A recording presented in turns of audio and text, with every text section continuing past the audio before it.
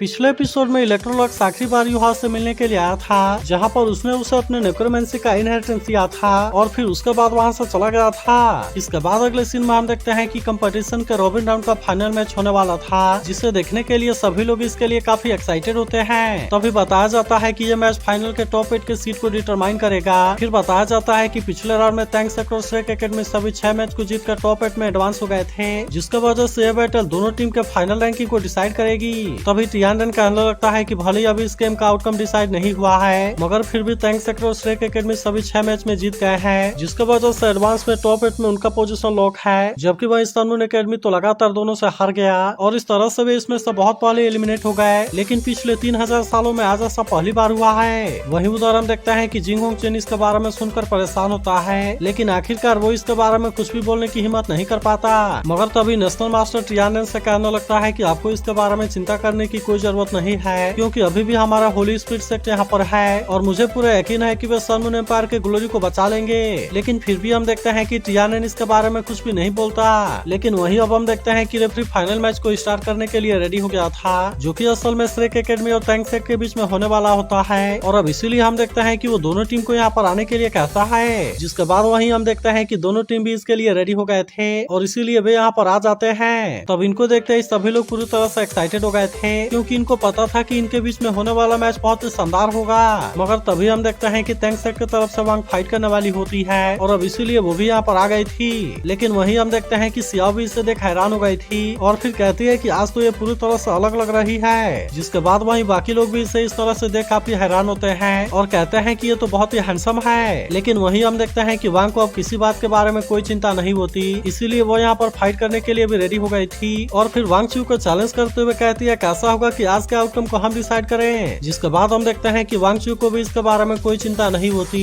इसीलिए वो भी इसके लिए पूरी तरह से रेडी हो गई थी। और फिर हम देखते हैं कि वो वांग के सामने आकर खड़ी हो जाती है। लेकिन तभी युहाओ कहता है कि वांग तो प्लानिंग के अनुसार नहीं आई, क्योंकि उसने कहा था कि कल के गेम के लिए मेरे पास में एक आइडिया है और हम उनके सामने हार मान जाएंगे। लेकिन इसके बारे में सुनते ही सभी इस बात से काफी परेशान हो गए थे, जिस पर युहाओ ने उनसे कहा था कि तुम्हें इसके लिए इतना परेशान होने की कोई जरूरत नहीं है और सबसे पहले तुम मेरे प्लानिंग के बारे में तो सुन लो। इसके बाद हम देखते हैं कि वो इनको समझाने के लिए अपने सिमुलेशन सोल स्किल का यूज करने लगा था, जिसे देखते ही सियाओ इस बात से काफी हैरान हो गई थी और फिर वो कहने लगती है कि क्या सिमुलेशन सोल स्किल का ऐसा भी यूज है। तभी युहाओ कहने लगता है कि श्रेक टीम की ओवरऑल ताकत हमारे थैंक्स सेक्टर से कम है, इसीलिए अगर हम इसमें जीत गए तो इस तरह से श्रेक एकेडमी दूसरे ग्रुप में आ जाएगी, जिसके वजह से फाइनल में स्ट्रॉन्ग ओपोनेंट से सामना होने का उनका चांस बढ़ जाएगा और ऐसा भी हो सकता है कि वो फाइनल में एलिमिनेट हो जाए। तभी हम देखते हैं कि सेंसी अब इसके बातों को समझ गया था और फिर वो कहने लगता है कि श्रेक अगर फाइनल से एलिमिनेट हो गया तब इसका वजह से हमारा थैंक्स सेक्टर अपने आप को सपोर्ट करने के लिए अकेला हो जाएगा, जिसका वजह से ऐसा हो सकता है कि बाकी लोग हमें यूज करने लगे और फिर इस तरह से हमें इसमें बहुत ज्यादा परेशानी होगी। अब इसीलिए वो इनसे कहता है कि हमारे चैंपियनशिप के जीतने का चांस भी कम हो जाएगा। तभी नानान कहने लगती है लेकिन अगर श्रेक एकेडमी फर्स्ट ग्रुप में चला जाता है तब इसका वजह से उनको थोड़े से कमजोर टीम का सामना करना होगा, जो कि न केवल श्रेक एकेडमी को फाइनल में पहुंचने के लिए हेल्प करेगी, बल्कि इसके वजह से हमारे थैंक्स सेक्टर के ऊपर से भी बहुत सारा प्रेशर कम हो जाएगा। तब इसके बारे में सुनकर युहाओ कहता है कि तुमने बिल्कुल सही समझा और मैं भी बिल्कुल यही सोच रहा था। जिसके बाद हम देखते हैं कि बेई को भी इस बात से कोई परेशानी नहीं होती और वो कहता है कि तुम सभी इसके लिए एग्री हो गए हो और इसीलिए हमें युहाओ के सजेशन को ही फॉलो करना चाहिए। लेकिन तभी इसके बारे में सुनकर वांग कहती है कि कल स्टेज के ऊपर मैं जाऊंगी और सरेंडर वाले टेक्टिक को मैं इम्प्लीमेंट करूंगी। अब इसीलिए हम देखते हैं कि वही स्टेज के ऊपर आई होती है और वो वांग चू को चैलेंज करने के लिए रेडी हो गई थी। मगर वही उधर हम देखते हैं कि बाकी सभी भी इस बात से हैरान होते हैं और कहते हैं कि ये दोनों तो बिल्कुल सेम है। तभी जूजी भी सोचने लगती है कि क्या वे सच में ट्विन है, लेकिन असल में उनका मार्शल स्कूल तो पूरी तरह से एक दूसरे से अलग है। मगर वहीं अब हम देखते हैं कि वांग चू ने अटैक करना शुरू कर दिया था, जिससे देखते से जामा कहने लगती है कि वांग चू के पास में गोल्डन ड्रैगन वाली ब्लड लाइन है, जिसकी वजह से उसकी फिजिकल ताकत भी बहुत ज्यादा है। फिर वो कहने लगती है कि वांग के पास में भी ट्विन मार्शल सोल है और इसके अलावा उसके पास में वर्ल्ड की सबसे बेस्ट मार्शल सोल हाउटियान हैमर है, जिसकी वजह से ऐसा लगता है कि इस बैटल को जीत पाना इतना आसान नहीं होगा।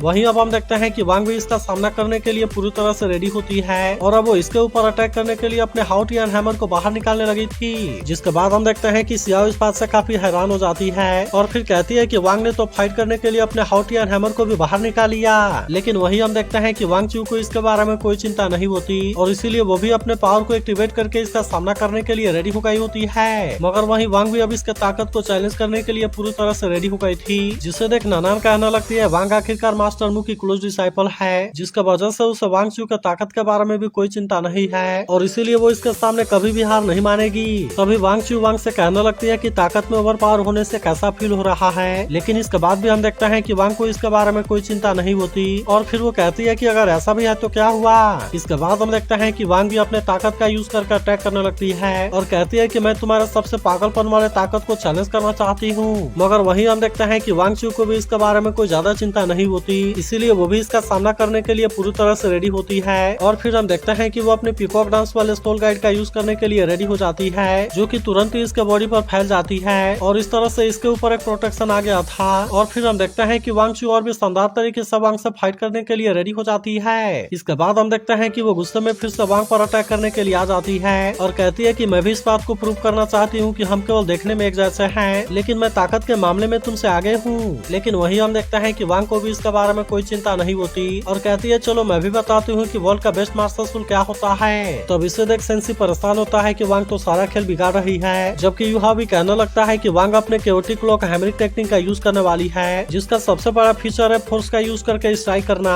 और इसमें हर हैमर पिछले वाले से ज्यादा पावरफुल होता है। जिसके बाद काइतो कहता है कि अगर वांग ने सभी 81 हैमर को कंप्लीट कर लिया तब इसके वजह से मुझे लगता है कि 7-1 सोल सेंचुरी इसका सामना करने के लिए कुछ नहीं कर सकती और इसीलिए फिर उसका सामना कर पाना वांग चू के लिए भी काफी मुश्किल हो जाएगा। लेकिन तभी यूहा कहता है कि अगर स्किन चैलेंजिंग वाटर मेथड एक बार इंटरप्ट हो गया तब इसके वजह से इसकी पावर बहुत ज्यादा कम हो जाएगी। मगर वहीं हम देखते हैं कि वांग चू भी इतना आसानी से मानने वाली नहीं होती, इसीलिए वो अपने घोस्ट मेज वाले टेक्निक का भी यूज करने के लिए रेडी हो जाती है और अब इसका यूज करके वांग के ऊपर अटैक कर देती है। मगर फिर भी हम देखते हैं कि वांग ने इसके अटैक से अपने आप को बचा लिया था और फिर हम देखते हैं कि वो 22वें हैमर से इसके ऊपर अटैक कर देती है। लेकिन इसके बाद भी वांग चू को इसके बारे में कोई चिंता नहीं होती, इसीलिए वो अपने गोल्डन ड्रैगन स्पीयर का यूज करने के लिए रेडी हो जाती है। लेकिन वही उधर हम देखते हैं कि वांग भी इतना आसानी से पीछे हटने वाली नहीं होती और वो भी अपने 24वें हैमर का यूज करके अटैक करने के लिए रेडी हो जाती है। तब इनके ऐसे पावर को देख सभी इस बात से काफी एक्साइटेड हो जाते हैं, क्योंकि ये बैटल सच में बहुत ही ज्यादा शानदार था। लेकिन तभी हम देखते हैं कि वांग चू फिर से अपने पावर का यूज करने के लिए रेडी हो जाती है और अब इस तरह से वो लगातार वांग के ऊपर अटैक करने की कोशिश करने लगी थी।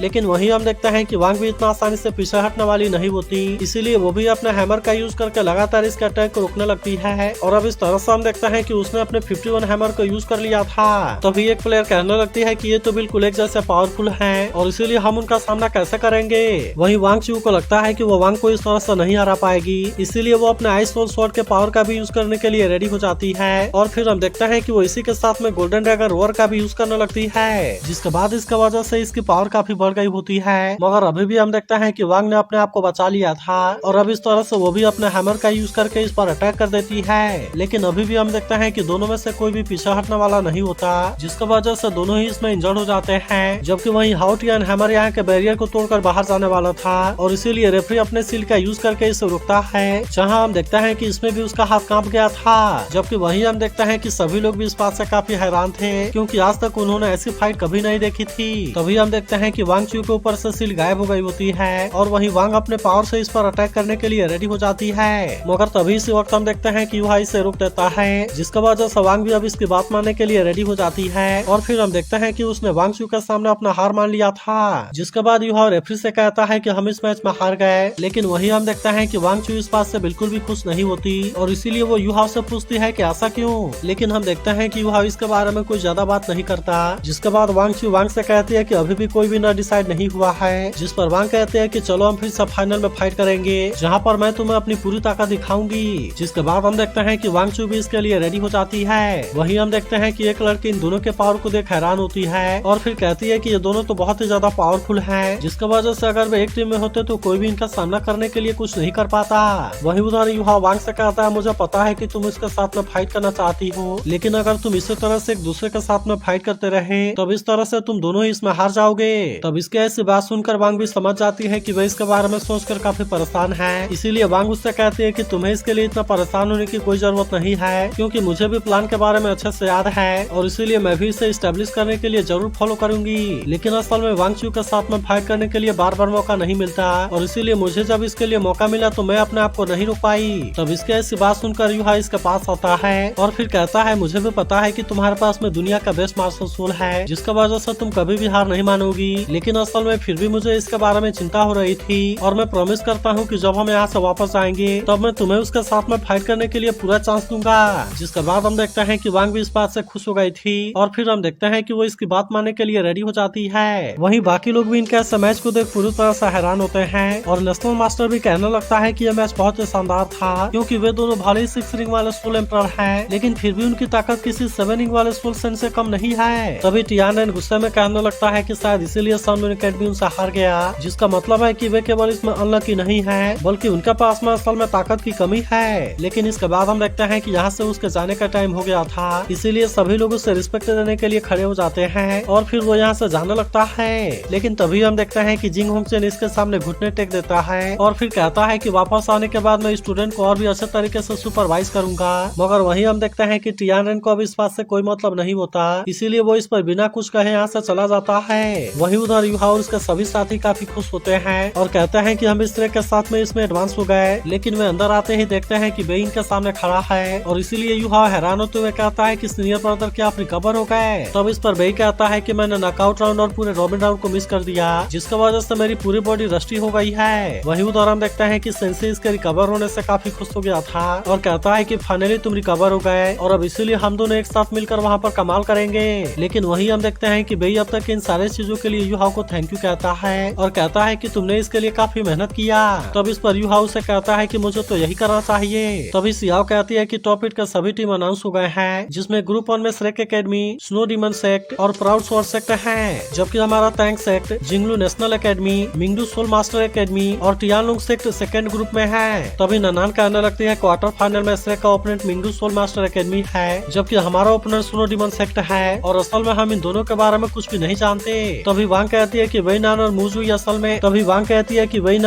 शायद इसी टीम में है, लेकिन मुझे समझ में नहीं आता कि इंपीरियल फैमिली इसमें सेक्ट के यहाँ पर पार्टिसिपेट क्यों कर रहा है। तब इस पर बेई कहता है ऐसा देखा जा सकता है कि ये सेक्ट बहुत ही अनयूजुअल है और इसीलिए हम इसे इतना हल्के में नहीं ले सकते। लेकिन वही हम देखते हैं कि सेंसी को इसके बारे में कोई ज्यादा चिंता नहीं होती, इसीलिए वो बेई से कहता है कि तुम्हें इसके बारे में ज्यादा चिंता करने की जरूरत नहीं है, क्योंकि अब तुम्हें और तुम एक साथ में मिलकर फाइट करेंगे, जिसके वजह से हमें स्नो डीमन सेक्ट के बारे में कोई चिंता नहीं करनी चाहिए। लेकिन हम देखते हैं कि बेई इसके बातों से एग्री नहीं होता और कहता है कि तुम अपने ओपोनेंट के बारे में बहुत सिंपली सोच रहे हो। तब इसके ऐसी बात सुनकर सभी इस बात से काफी हैरान हो जाते हैं, जिसके बाद बेई कहता है क्या तुमने कभी इसके बारे में सोचा है, क्योंकि वेइनार तो असल में टियानून एम्पायर की रॉयल फैमिली है, लेकिन क्या तुम्हें पता है कि कौन सा सेक्ट टियानून एम्पायर का प्रोटेक्टर है। तब इस पर सेंसी कहता है कि नौमेनन सेक्ट। तब इसके बारे में सुनकर युहाओ को इसके बारे में याद आने लगता है, क्योंकि नौमेनन सेक्ट के लीडर का मास्टर सुआन के साथ में फाइट हुआ था और अब इसीलिए इसके बारे में सोचकर युहाओ भी इस बात से परेशान होने लगता है। तभी ननान कहने लगती है कि इसमें से ऐसा लगता है कि ये केवल नौमेनन सेक्ट है, न कि सिंगनिंग सेक्ट। तभी सेंसी कहता है कि सीला नेशनल एकेडमी बहुत ही अनलकी है। तभी वांग कहने लगती है कि अगर बिग ब्रदर के हिसाब से इसके बारे में बात किया जाए तो क्या तुम्हें टियानलुंग सेक्ट के बारे में पता है, जिसके साथ में तुम फाइट करना चाहते हो, क्योंकि मैंने सुना है कि उनके कैप्टन के पास में ब्लू इलेक्ट्रिक टायरेनोसोरस रेक्स है, जो कि बिल्कुल सीनियर ब्रदर बेई के जैसे है। तब इस पर बेई कहता है कि मेरा blood line golden Holi dragon है, जबकि ब्लू इलेक्ट्रिक टायरेनोसोरस रेक्स ने अपने ब्लड लाइन को लगभग खो दिया है। जिसके बारे में सुनकर सियाओ से पूछती है कि आखिरकार इन दोनों के बीच में क्या कंपैरिजन है, लेकिन इस पर बेई कहता है कि इसके बारे में पता लगाने के लिए तुम्हें फाइट करना होगा। जिसके बाद काइतो कहता है कि श्रेक की तो लॉटरी लग गई। मगर इसके बाद अगले सीन में हम देखते हैं कि कंपटीशन के फिर से स्टार्ट होने का टाइम आ गया था, जहां बताया जाता है कि टॉप 8 के सभी टीम डिसाइड हो गए हैं और अब इसीलिए इनका बैटल लाइन भी डिसाइड हो गया है, जहां पर हम देखते हैं कि आज का पहला मैच श्रेक एकेडमी और मिंगडू एकेडमी के बीच में होने वाला था, जिसके बाद पता चलेगा कि कौन इसमें टॉप में आएगा।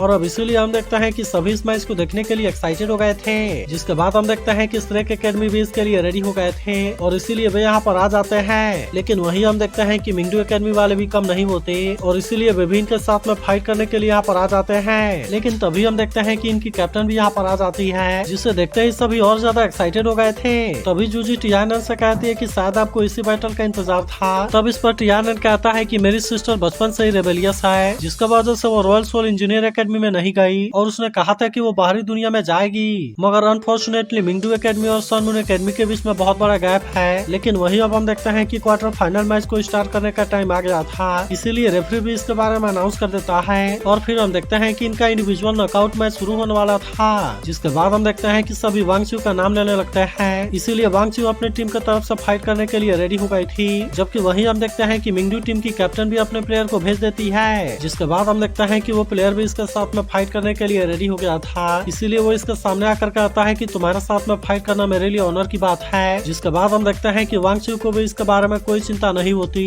और इसीलिए वो भी तुरंत इसके साथ में फाइट करने के लिए रेडी हो गई थी। इसके बाद हम देखते हैं कि रेफरी मैच को स्टार्ट करने का ऑर्डर दे देता है, जिसके बारे में सुनते ही वो लड़का तुरंत इसके लिए रेडी हो गया था और अब इसीलिए वो अपने सोल कैनन का यूज करके इस पर अटैक करने के लिए रेडी हो जाता है। लेकिन वही हम देखते हैं कि वांग चू को इसके बारे में कोई चिंता नहीं होती, इसीलिए वो अपने आप को इसके सारे अटैक से बहुत ही आसानी से बचा लेती है, जिसके वजह से वो लड़का अपने अटैक से इसका कुछ भी नहीं कर पाता। मगर फिर भी हम देखते हैं कि वो इतना आसानी से हार मानने वाला नहीं होता, इसीलिए वो अपने पावर को फिर से एक्टिवेट कर लेता है और अब इस तरह से हम देखते हैं कि वो इस पर अटैक करने के लिए रेडी हो गया था। लेकिन वही उधर हम देखते हैं कि वांग चू को अभी भी इसके बारे में कोई चिंता नहीं होती और वो अपने गोल्डन ड्रैगन रोअर वाले पावर का यूज करने के लिए रेडी हो जाती है, जिसके बाद हम देखते हैं कि वो लड़का इसके प्रेशर के सामने भी कुछ नहीं कर पाता। तब इसे देख नानान भी कहती है कि इसके प्रेशर तो काफी पावरफुल है, जबकि वही हम देखते हैं कि वो लड़का काफी दूर जाकर गिर गया था और तभी अचानक से हम देखते हैं कि वांग चू इसके सामने आकर खड़ी हो जाती है, जिसके बाद हम देखते हैं कि उसकी कैप्टन अपना माथा पकड़ लेती है, क्योंकि वे इसमें वांग चू से बहुत ही आसानी से हार गए थे।